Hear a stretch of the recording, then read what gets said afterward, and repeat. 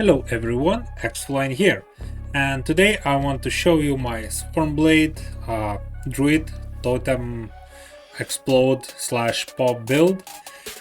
What you do is basically you just attack, totems explode doing toxic poison, and everyone around dies. It's just simple as that.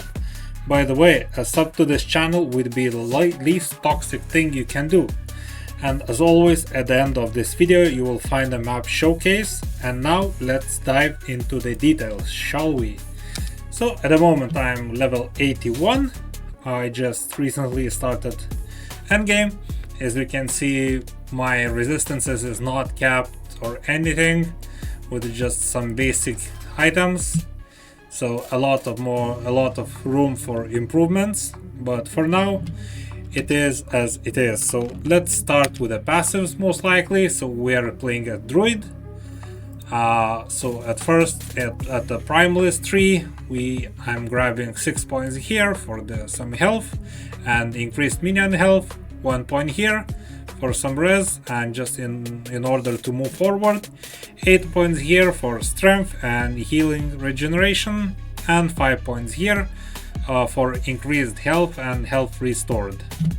So now let's go to the Beastmaster. At Beastmaster we got 8 points here for some strength and some big damage mitigation, which is damage taken from nearby enemies minus 16%, which is really good.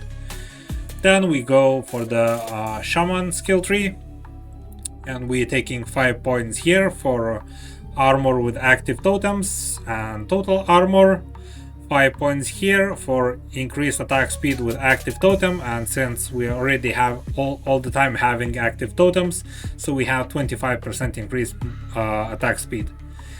Then we move forward, 5 points here for some shared health, shock chance, chill chance, and 3 points here for some shared damage as well. And now we move to the Druid Mastery. At the Druid Mastery, what we're doing, basically taking all the points to get the bonus.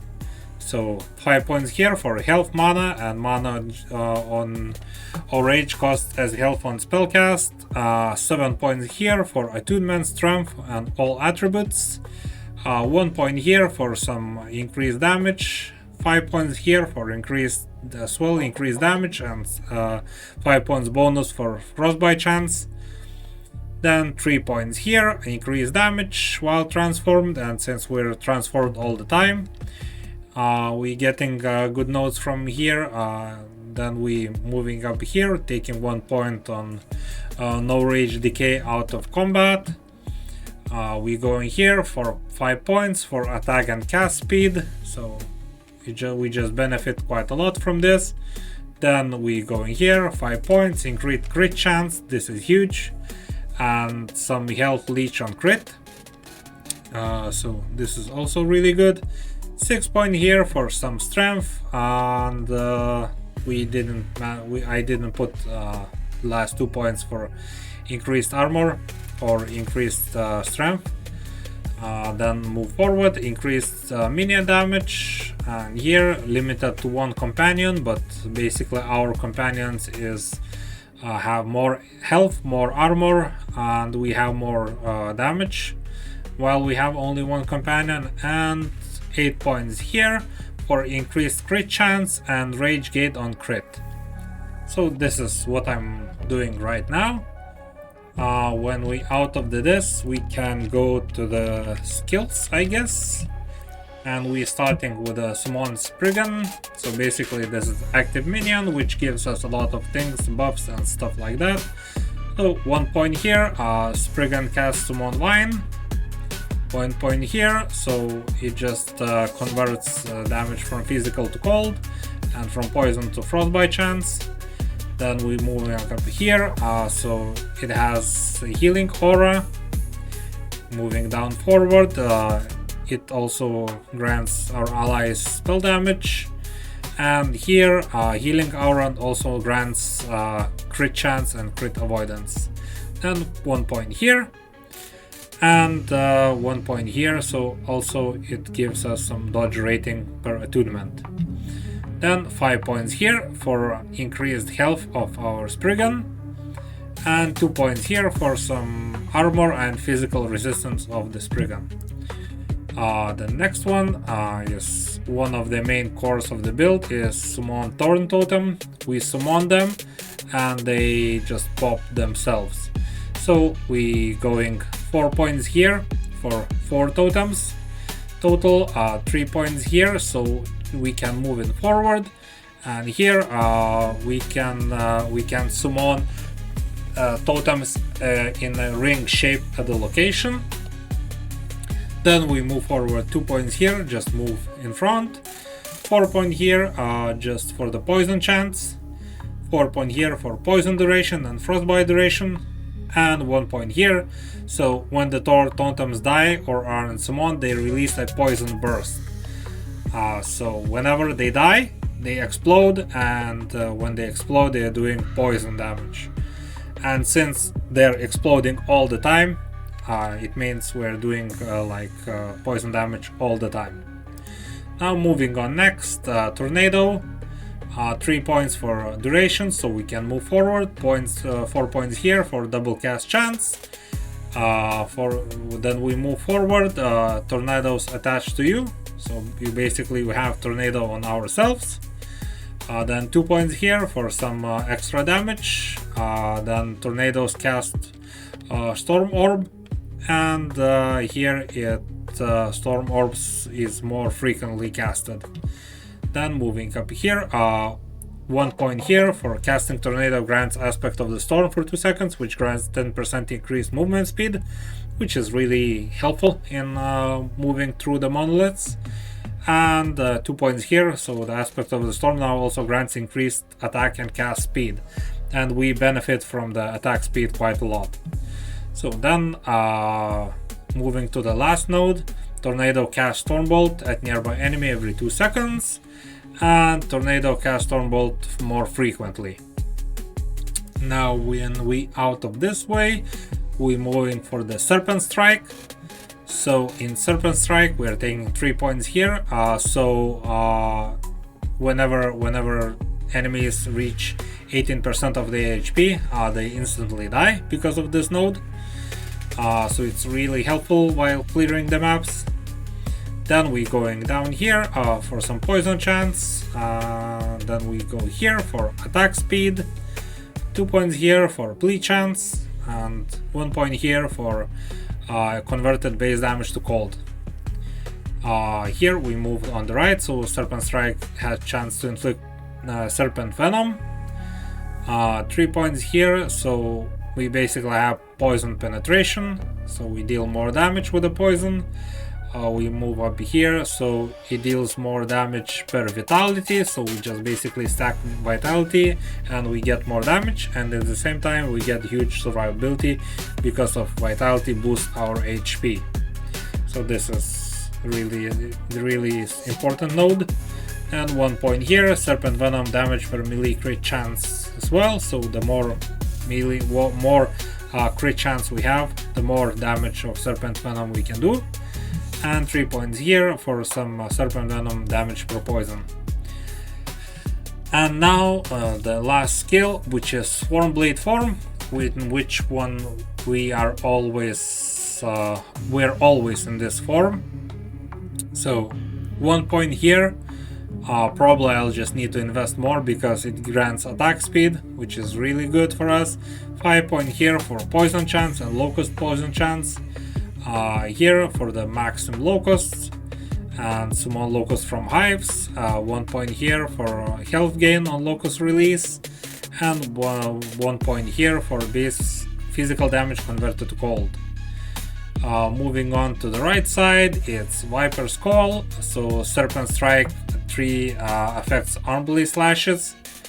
1 point here for some melee physical damage and locust melee physical damage, just to move it forward. 5 points here for base crit chance and locust base crit chance. Then moving to the last node on the top, it is Endless Pressure with health and rage gain on kill, and health and rage gain on boss or rare hit. Then 1 point here, so we gain a stack of Howling Cascade, and it casts Tornado at 6 stacks. And moving on the last one, so we basically need less stacks to cast a Tornado. So this is basically it, how it works. And now let's go to the items, shall we? So for the items, for the sword, I guess that's just the best in slot, because it gives increased duration of bleed, poison, and electrify per equipped Weaver's Will item. It leeches health from damage over time, and since we're doing only damage over time, we leech quite a lot of HP. And 24 penetration against all resistances for damage over time. Also, I slammed melee critical strike chance and health on melee hit. I would really like to have attack speed, but for now it's what I have. Moving on next, Peak of the Mountain, just for the flat, increased critical strike chance, a little bit attributes, and Vitality Slam. For the amulet, Serpent's Milk, we slammed increased damage over time, and it gives plus 200 chance to poison on minion hit, increased poison damage, poison resistance, so this is pretty good stuff. On the armor, once again, probably best in slot. I just happen to have this in my vault, so definitely we can slam some better stuff on this. So why this is best? Because 20% of the damage redirected to your highest health minion, and since we already having all the time minions, we just basically mitigating 20% of the damage. And then 31% increased health for you and your minions, a little bit movement speed, strength, and plus 2 to strength minion skills. Then for the shield, for now I'm using Bastion of Honor just for the some block chance. I got some elemental resistances. It gives some flat health, some flat mana, so it's quite okay. Moving on next, the belt. For the belt, it just gives us flat vitality. We getting quite a lot of HP on the potion use. We get 14% endurance, and we slam 21% increased health, so this is nice to have. For the rings, I am rocking both of Font of the Erased, just because I need to cover my elemental resistances, and it just increases health and mana. And we managed to find some pretty good ones with poison damage, some resistances, and on the other hand is increased poison damage, increased damage over time, and some resistances as well. Moving on next, for the gloves, is basically probably the best in slot as well, because of the chance to cast stationary fire tornado at nearby enemy on hit, shred fire resistance with each second with tornado, increased fire damage, some fire resistance, all good stuff. For the boots, I didn't search much. For now I'm just having maximum movement speed I can get and some vitality to get more HP out of it. And last but not least is Relic, and for the Relic I'm using the Primalist one, Erased.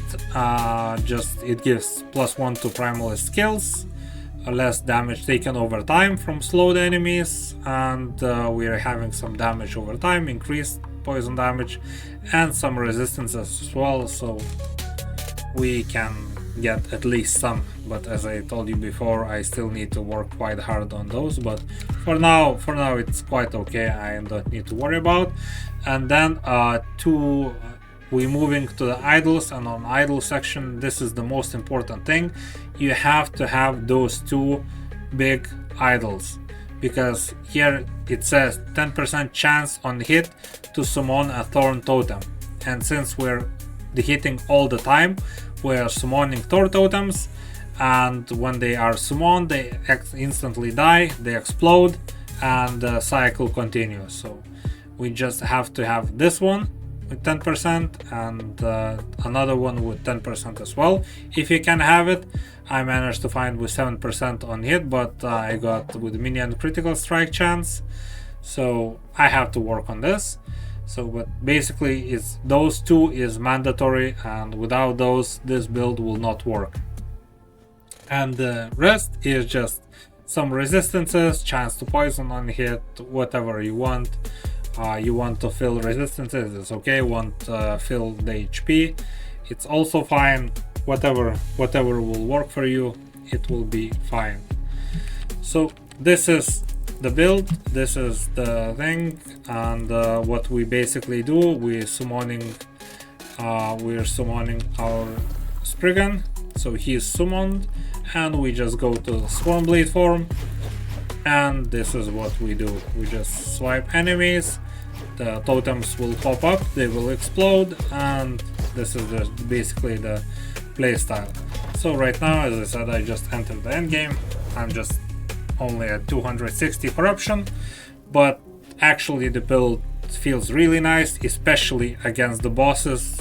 Bosses just melts because of the poison stacks and the poison damage. The clear speed isn't the best, but compared to what kind of damage it does to the bosses, it's acceptable. But it's not the best clear speed on the while running monoliths for sure.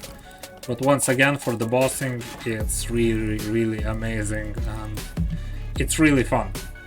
So this is my update on this build guide. If you have any questions, drop down in the comments. And as always, stay chill, hit hard, and see you in the next one.